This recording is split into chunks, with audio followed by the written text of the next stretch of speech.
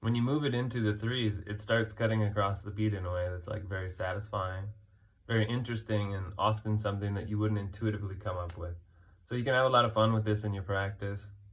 Become strong in your ability to take phrases and move them through multiple jatis, primarily and most importantly between chatusra jati, 4 pulses per beat, and tisra jati, 6 pulses per beat.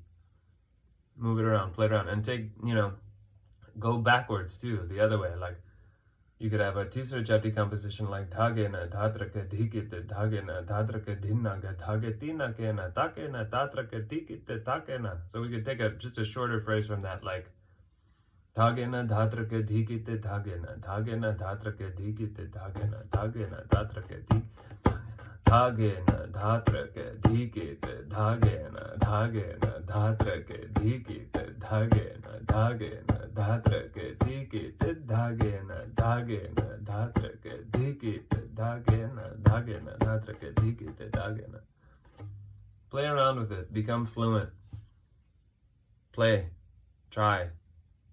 Take things you know from one, put them into another. Become strong. Yeah? Do it. Enjoy the game.